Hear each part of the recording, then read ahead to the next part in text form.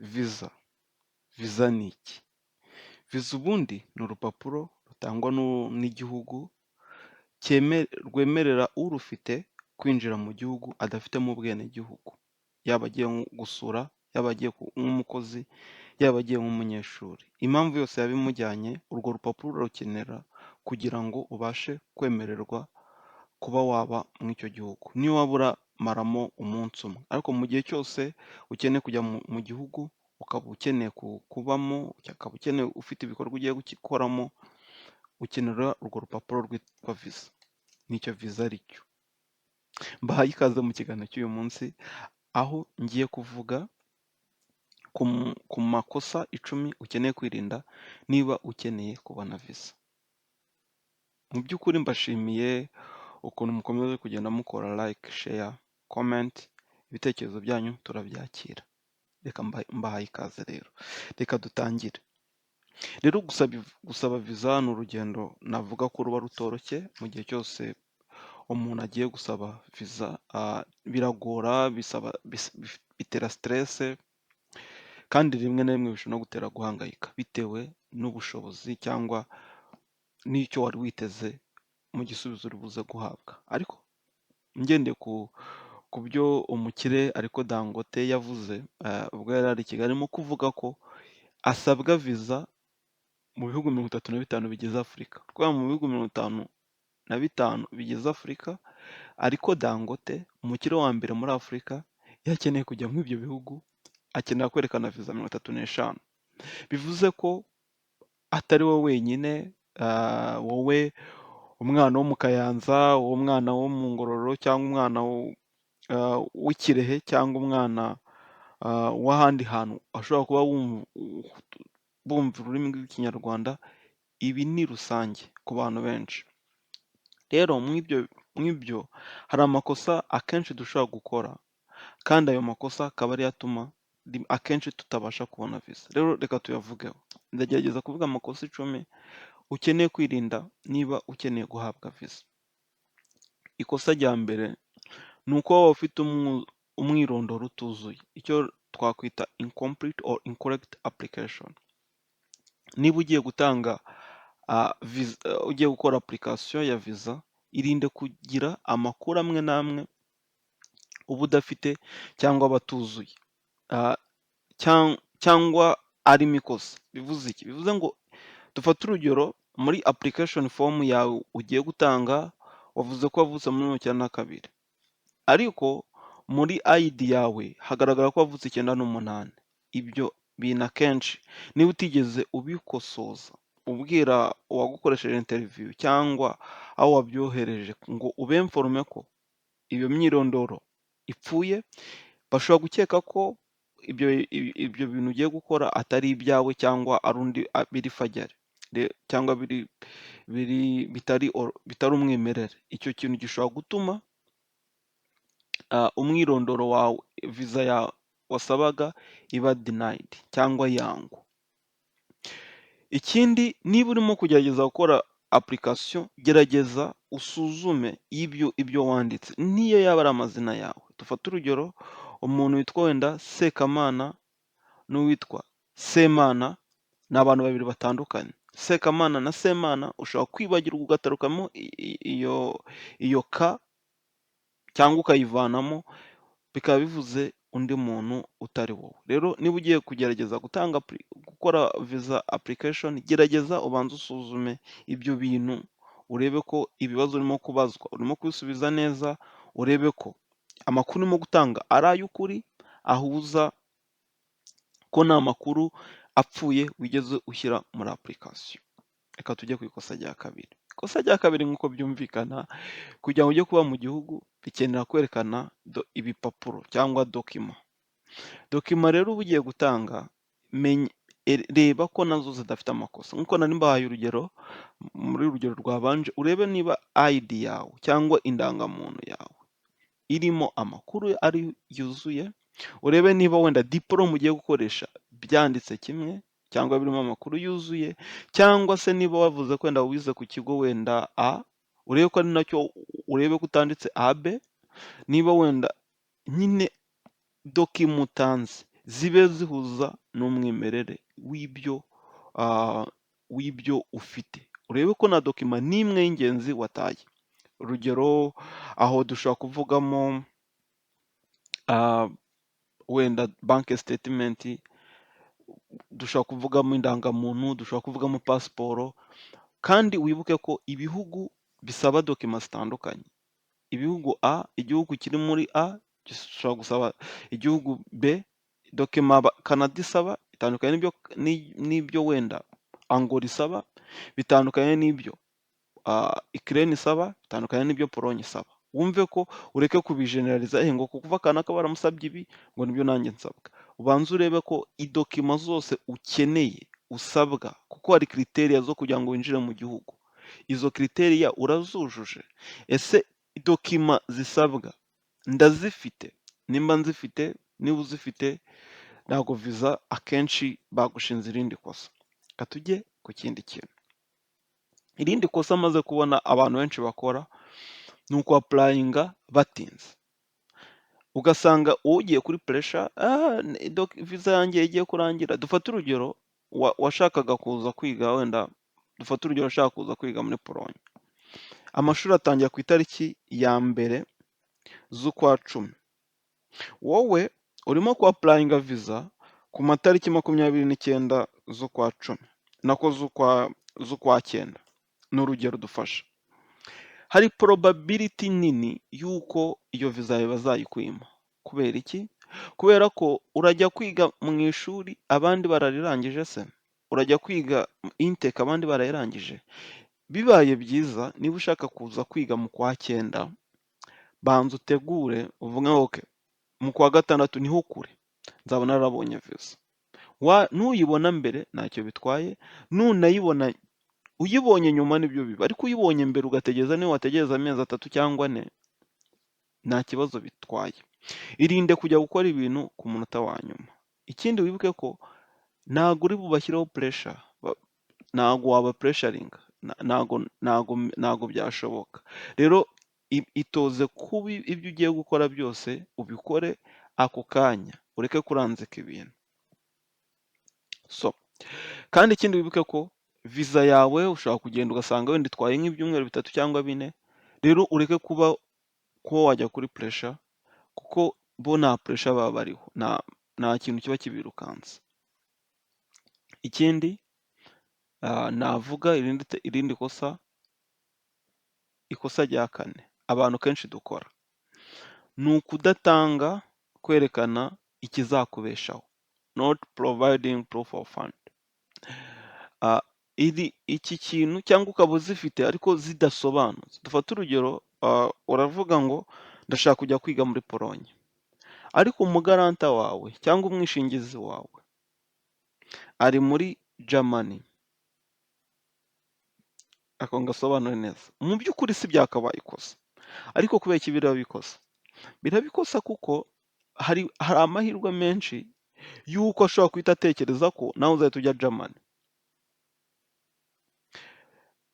Kubera ko umugaranta wawe niho ari, niho atuye, niho yistasiyonye, birashoboka ko nawe uzahita ujyayo. Ikindi kintu, cyangwa ugasanga ari France, kandi abantu benshi baza, nk'uko hari ibiganiro nagiye nkora, bigaragara ko abantu benshi baza bataguma muri Pologne. Mbahaye nk'urugero, mu mwaka wa 2023 oya 2022 bahaye viza abantu 45,000. 20,000 by'abanyeshuri bije kwiga, naho ndimo kuvuga abakozi. Abantu bari baje barangije umwaka wa mbere bakajya mu mwaka wa kabiri ni 22,000. Ibindi 23,000 byose byaragiye. Byagiye kubera iki? Icyo rero nawe ushobora kukiza niba mu by'ukuri wenda wari uje kwiga, ariko umuntu ntago Imana yaduhaye x-rays zo kureba mu mutima w'abantu ngo tumenye ngo uyu muntu atekereza ibi. Rero umuntu uzagukoresha interview ashobora gutekereza akavuga okay, uyu muntu ko umugaranta we ari muri Germany, ni gute cyane ndizera gute ko nawe atazagenda nk'uko abandi bagiye. Rero icyo kintu ni ngombwa kucyitaho, ukareba ukavuga okay, ndashaka kugenda. Ese umugaranta wanjye yamfasha iki? Ese twabikora gute kugira ngo bigaragare ko nazagenda? So icyo kintu ubwo ubutaha mwazagerageza kugikoraho cyangwa ukazagerageza kugikoraho. Irindi kosa rya gatanu navuga rigendanye no kuri iryo ni not providing clear travel destination, cyangwa kuterekana uburyo uzagendamo, aho uzaba ugiye. Ibyo babibona bate? Niba urimo kwerekana ko ugiye gusura igihugu cyangwa ugiye kuba, hari ibyo usabwa. Usabwa kwerekana igihe uzagendera, ukerekana igihe, aho uzaba, ibikorwa uzakora, aho uzacumbika. Ibyo bifasha umuntu ugiye kuguha viza kumva uko urimo gupanga urugendo rwawe, cyangwa akanumva ko nunaza utazatinda ngo umare igihe kirekire cyangwa umare overstay mu gihugu uzaba wagiyemo. Ibyo byose rero bifashwa n'iki?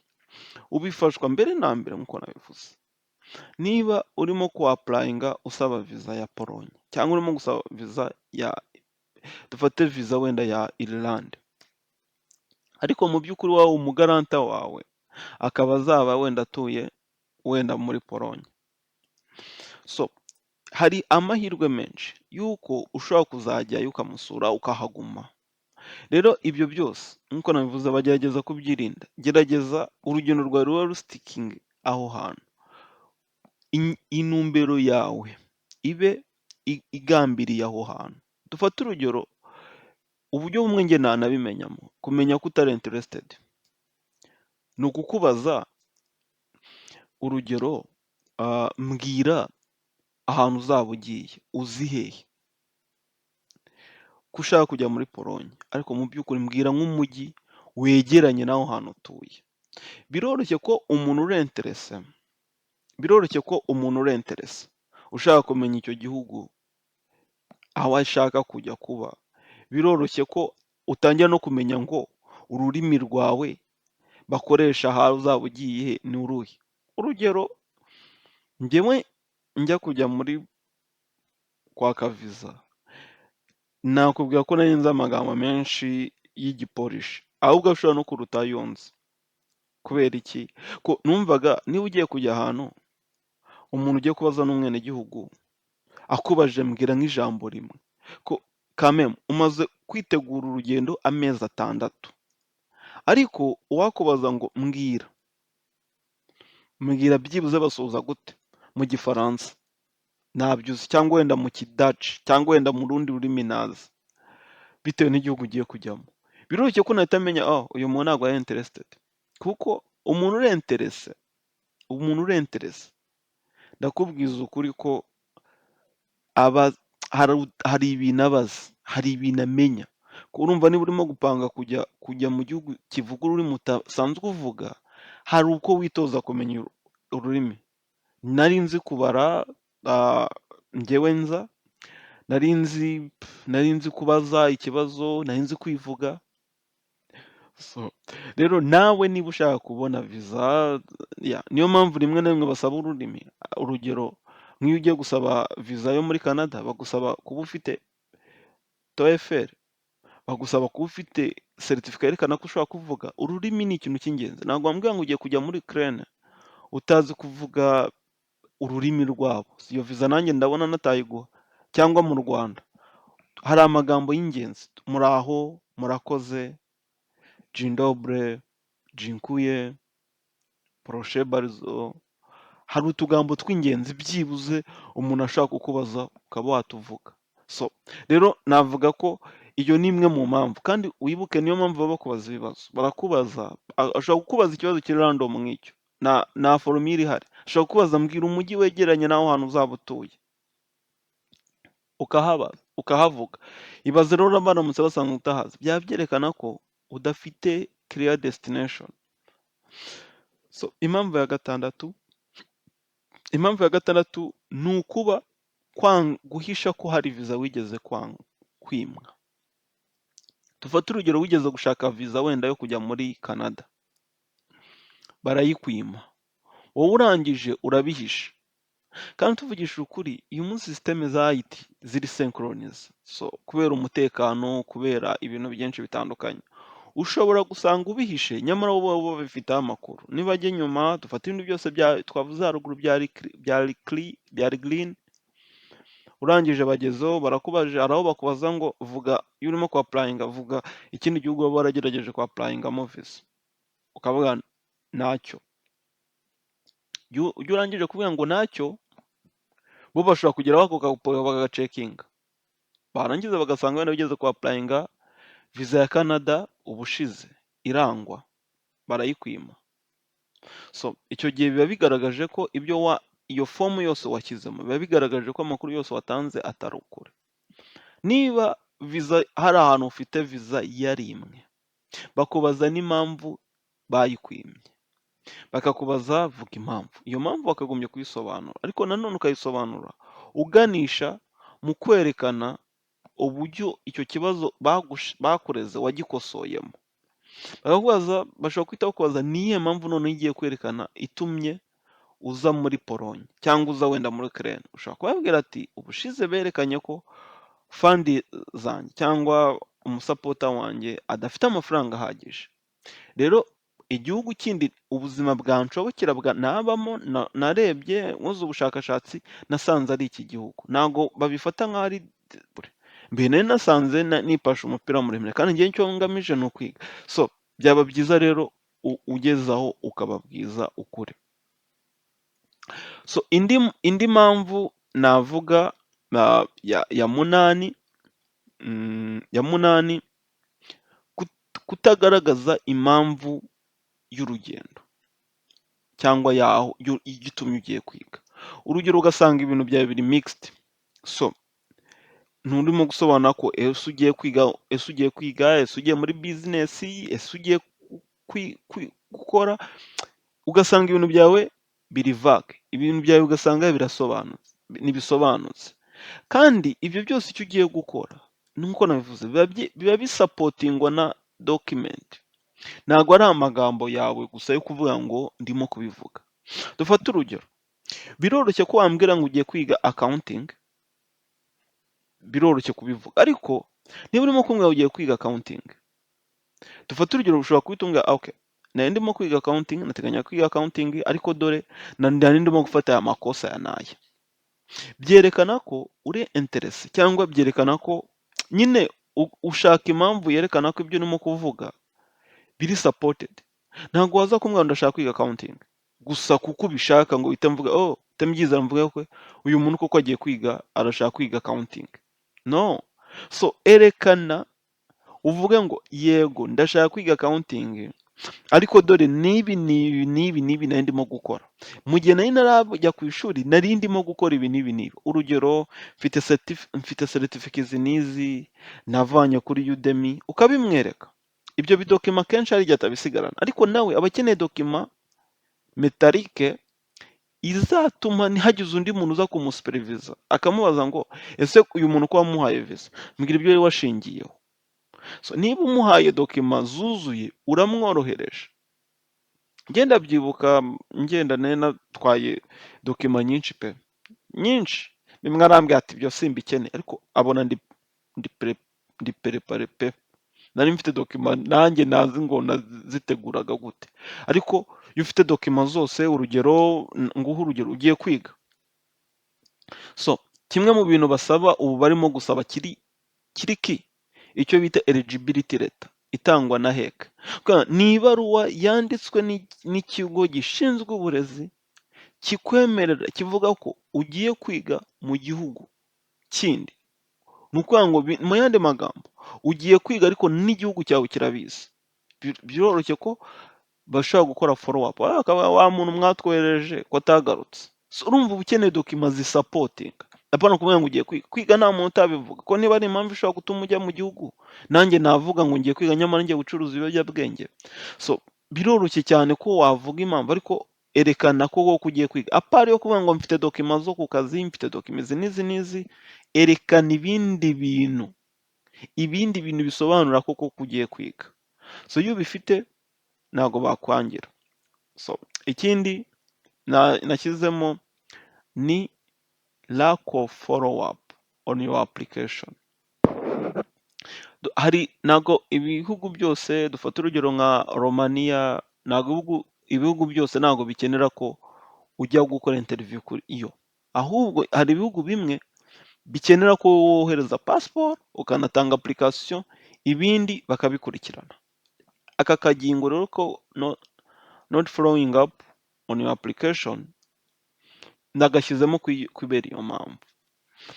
Niba ukoze interview cyangwa ugakora application, gerageza uyikurikirane. Bifate nk'aho waba reka mbaho urugero rumwe rusa nk'aho kugira ngo byumvikane. Iyo uhuye n'umuntu ugatwara contacts, ejo ntumwandikire cyangwa nawe ntakwandikire, birangira bite? Birangira iyo contacts mufite zibaye nk'umurimbo. Ariko iyo umuntu muvugana, ejo mukavugana, bigerageza kubaka ubucuti.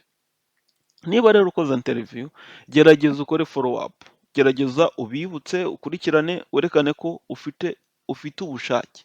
Ibyo bintu bishobora gutuma viza yawe yoroha, bishobora gutuma igihe cyo kubona viza cyawe cyihuta. Ikindi kintu nshaka kuvugaho ni point ya 9, not providing a valid passport. Kudatanga pasiporo iri valide. Mu by'ukuri hano tuvuga iki? Tuvuga ko byibuze niba ugiye gutanga pasiporo, niba ugiye gukora application, byibuze tegura pasiporo yawe ibe irengeje amezi 6. Icyo niyo short time ishoboka.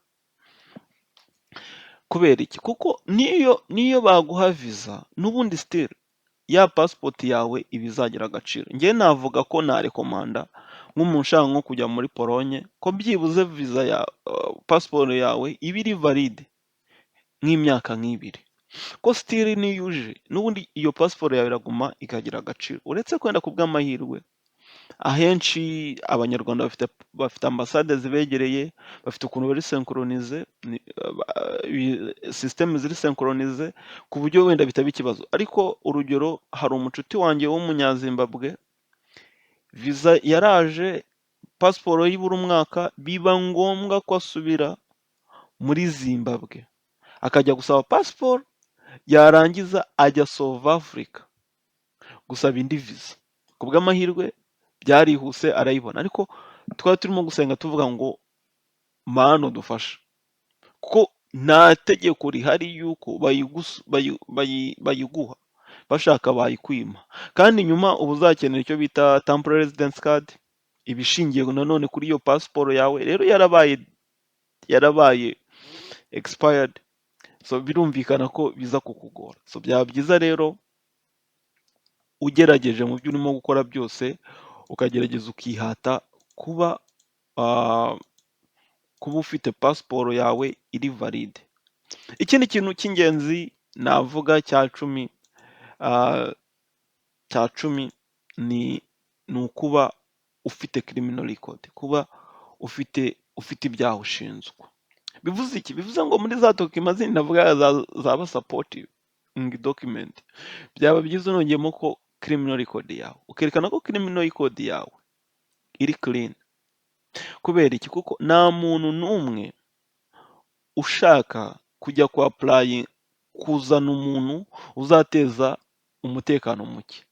Rero niba ugiye ku applyinga viza, erekana ko nta cyaha na kimwe ufite. Erekana ko niba waragize amahirwe kutaba nta cyaha wakurikiranyweho, byerekane. Birerekana ko uri umuntu uriyo, uri umuntu utarigeze ukurikiranwa, bitume nabo batakwishisha.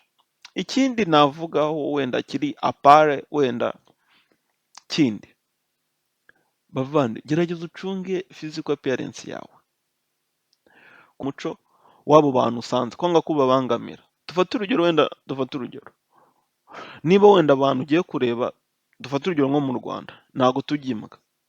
tekereza umuntu we aje akazajya aturira imbwa imbere, sibyo pe, urumva ukuntu byagenda. Ni ukuvuga ngo rero igihugu iyo ukigiyemo usabwa kwadabuta umuco wabo. Niba wenda ari igihugu wenda batereka ubwanwa, uzasanga abantu benshi batereka ubwanwa, baba bumva ko ariko nyine ariko umugabo wenda agomba kwitwara. Niba wenda ah, ah, ntabwo ibyo bikawuntinga, ariko physical appearance y'umuntu buriya cyane ifite ikintu imara. Mu by'ukuri ntabwo babikubwira, ariko mpamya ko physical appearance yawe uko urimo kugaragara ako kanya bifite ikintu kinini bihindura ku migendere myiza ya viza yawe. Rero navuga ko uramutse ukurikije aya mahame navuze n'aya makosa ukayirinda, ikindi kintu cya nyuma naguha nk'agashinguracumu ni icyo bita kugisha inama aba professional.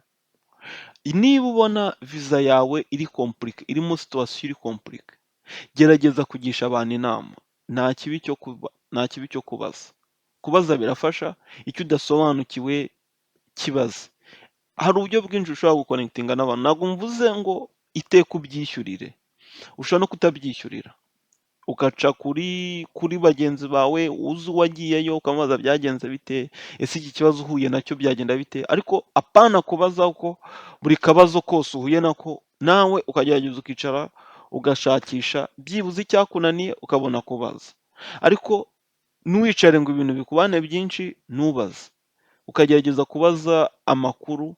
Ariko nanone ari indi defo nabonye, umuntu akwandikira wagira ngo arashaka ukomfurima ibyo yabajije. Niba uzi ko hari ibyo wabajije ukaba wumva warabonye ayo makuru, baza ikindi.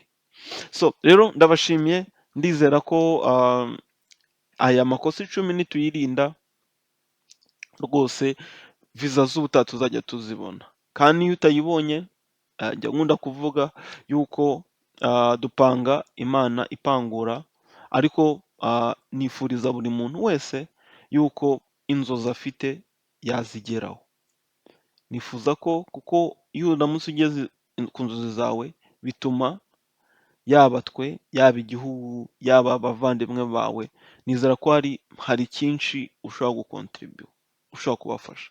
Rero niyo mpamvu hari byinshi nk'iterambere ryawe, nizera ko ariryo terambere ryanjye. Ugize amahirwe ugatera imbere, ni igihugu kiba giteye imbere, ni nanjye uba uteye imbere. Rero ndabashimiye kandi duhure mu kiganiro cy'ubutaha, aho nabwo tuzakomeza kuvuga kuri iyo ngingo, uretse ko duteganya kuzongeramo ibindi biganiro byenda kuba bitandukanye n'iyi style twari turimo, ku buryo bizagenda biba byiza kurushaho. Rero ndabashimiye kandi mukomeze mukore like, comment na subscribe.